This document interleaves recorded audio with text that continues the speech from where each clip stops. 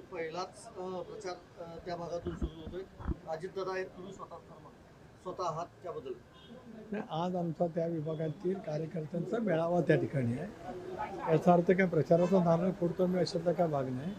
नियोजित पद्धतीने प्रत्येक विधानसभा मतदारसंघामध्ये ज्या ठिकाणी आज आपले आमदार आहेत त्या ठिकाणी कार्यकर्त्यांचा मेळावा घेऊन कार्यकर्त्यांचं मनोगत, त्यांना आगामी येणाऱ्या महानगरपालिकेच्या निवडणुका या माध्यमातून अधिक ताकद शक्ती देणं हा त्याच्या पाठीमागचा हेतू आहे. महापालिकेच्या संदर्भातला अंतिम निर्णय मी आपल्याला सकाळी सांगितल्याप्रमाणे 2 दिवसात अधिकृतपणाने आम्ही बसून जाहीर करू. यासोबत काही चर्चा सुरू आहेत का भाजपसोबत किंवा अजूनही काही शक्यता आहे का?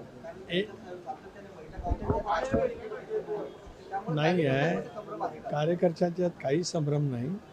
या संदर्भामध्ये मी काल आपल्याला प्रेस कॉन्फरन्समध्ये सांगितलं की स्थिती आहे. आज माझं आणि आशिष शेलारांचं बोलणं होईल. एक भाग राष्ट्रवादी काँग्रेस पक्षाच्या प्रमुख नेत्यांची काल मी बैठक त्या ठिकाणी घेतली आणि त्यांनासुद्धा त्या अनुषंगाने सांगितलेलं आहे उद्या या संदर्भातला आमचा निर्णय त्या ठिकाणी होईल. आज सगळे आम्ही आमदार अजितदादांच्याकडे जमणार आहोत.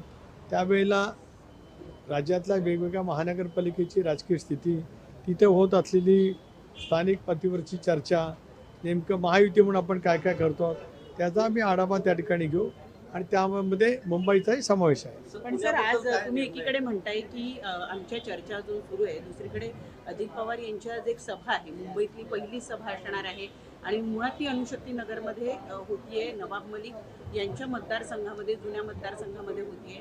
नवाब मलिक यांनाच भाजपनी विरोध केलेला आहे. त्यामुळे कुठेतरी हे अंगुली निर्देश करणारं नाही आहे का की ज्यांच्यावर वाद आहे त्यांच्याच मतदारसंघात पहिली सभा? अंगुली निर्देश असं मानण्याचं काही कारण नाही. 2 वेगवेगळे भाग आहेत. एक भाग म्हणजे भारतीय जनता पक्ष असेल, शिवसेना असेल, त्यांच्या नेत्यांनी सुद्धा त्यांच्या विधानसभा मतदारसंघातल्या सदस्यांच्याकडे बैठका घेतल्यात. त्यावेळेला का आपण वेगळा प्रवाद निर्माण केला नाही. आताच का करतोय मला काही कळत नाही. हे आपण ज्या माध्यमातून जे काही वेगवेगळं तयार करतो आहोत हे परिस्थितीची सुसंगत बिलकुल त्या ठिकाणी नाही. सना मलिक राष्ट्रवादी काँग्रेस पक्षाच्या महायुतीच्या माध्यमातून निर्वाचित झालेले आमदार आहेत. त्यामुळे त्या मतदारसंघामध्ये आम्ही जाणं आणि आमच्या कार्यकर्त्यांची बैठक घेणं याचा आणि महायुतीच्या संबंध मुंबईच्या आगामी जाणाऱ्या निवडणुकीला जाणारा छेद असं कुठं संमतच नाही आहे. असं मानण्याचंच काही कारण नाही. मी आपल्याला तेच म्हटलं की शिवसेना असेल, भारतीय जनता पक्ष असेल, त्या नेत्यांच्या त्यांच्या आमदारांच्या मतदारसंघात ही बैठका झाल्यात. त्यामुळे याच्यात वेगळं अर्थ काढण्याचं काही कारण नाही. ठीक आहे. पुण्याबद्दल सर काय निर्णय झाला आहे आतापर्यंत? दोन्ही राष्ट्रवादी एकत्र येणार आहेत. एक भाग असा आहे की पुण्यामध्ये स्पष्टपणाने माननीय मुख्यमंत्री महोदयांनी सांगितलं की आम्ही दोन्ही ताकदवान पक्ष त्या ठिकाणी असल्यामुळे एकत्रितपणाने निवडणुका लढलो तर त्याचा फायदा विरोधकांना होऊ शकतो. ही बाब माननीय मुख्यमंत्री महोदयांनी अगोदर स्पष्ट केली. अजितदादांनी सुद्धा त्याला दुजोरा दिला.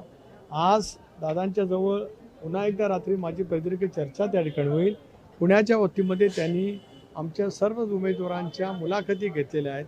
त्याच्यामुळे त्या संदर्भामध्ये नेमकं कशा पद्धतीने पावलं उचलायची त्याचा निर्णय 2 दिवसामध्ये त्या ठिकाणी होईल. आता थोड्या वेळापूर्वी पत्रकार परिषदेला संबोधित करत असताना सुप्रिया सुळे यांनी सुद्धा हा प्रश्न जेव्हा त्यांना विचारला गेला की अजित पवारांच्या राष्ट्रवादीचा पर्याय तुमच्यासाठी खुला आहे का, त्यावर त्यांनी नकारात्मक उत्तर दिलेलं नाहीये. म्हणजे कुठेतरी डायलॉग सुरू ठेवण्यासाठीचं दार मोकळं ठेवलेलं आहे. एक भाग असा आहे की ज्या वेळेला महायुती म्हणून भारतीय जनता पक्ष महायुतीतला आमचा मुख्य पक्ष आहे, ज्या पक्षाबरोबर आम्ही राष्ट्रीय पातळीवरती राज्य पातळीवरती युती करून आमचा NDAमधला सहभाग त्या ठिकाणी आहे. भारतीय जनता पक्षाबरोबरच्या चर्चेमध्येच माननीय मुख्यमंत्र्यांनी जे आज आमचे NDAचे राज्याचे नेते आहेत, भारतीय जनता पक्षाचे सुद्धा नेते आहेत, त्यांनी स्पष्टपणाची भूमिका पुणे आणि पिंपरी चिंचवडच्या बाबतीमध्ये अत्यंत योग्य पद्धतीने लॉजिक मांडत त्या ठिकाणी केलेली आहे. स्वाभाविकपणाने राष्ट्रवादी काँग्रेस पक्ष निवडणुकीला सामोरं जाणार आहे. ते जात असतानाच मित्र पक्ष आणि इतर काय त्याच्या संदर्भातल्या चर्चा त्या ठिकाणी चालू असतात.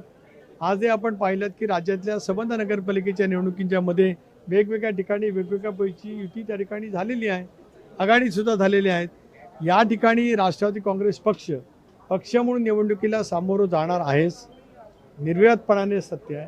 अशा वेळेला इतर काय चाचपणी होऊ शकते की काय, इतर काय पर्याय होऊ शकतात की काय, जे महायुतीच्या आमच्या एकत्रितपणाला बाधा आणणार नाहीत, या पद्धतीने आमची त्या ठिकाणी युती होईल. मुंबईत आज आज मुंबईमध्ये ठाकरे आता ठाकरे बंधूंची युती झाली.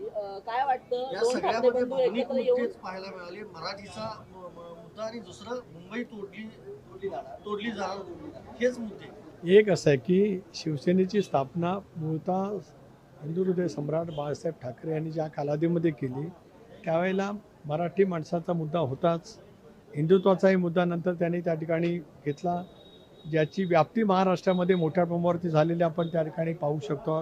अशा वेळेला उद्धवजी असतील, राज ठाकरे असतील, दोन राजकीय पक्ष एकत्रित येतात त्यावेळेला ते त्यांचे मुद्दे त्यांच्या दृष्टीने जे योग्य असतील ते मांडणारच. त्याच्यामध्ये वेगळं वागू मांडण्याचं काही कारण नाही. ठाकरे बंधूंची ताकद महायुतीला आव्हान देईल का, काय वाटतं? एक असं आहे की प्रत्येक निवडणूक राजकीय आव्हान आहे असं समजूनच आम्ही सगळेजण निवडणुकीला सामोरं जात असतो. त्यामुळे कोणाचं आव्हान कमी आहे, कोणाला कमी लेखून आज महायुती निवडणुकीला सामोरं जात नाही. महायुती निवडणुकीला सामोरं जात असताना पूर्ण ताकदीने सामोरं जात असते. याही निवडणुकीमध्ये त्याच पद्धतीने मुंबईमध्ये निश्चितपणाने सामोरं जाईल.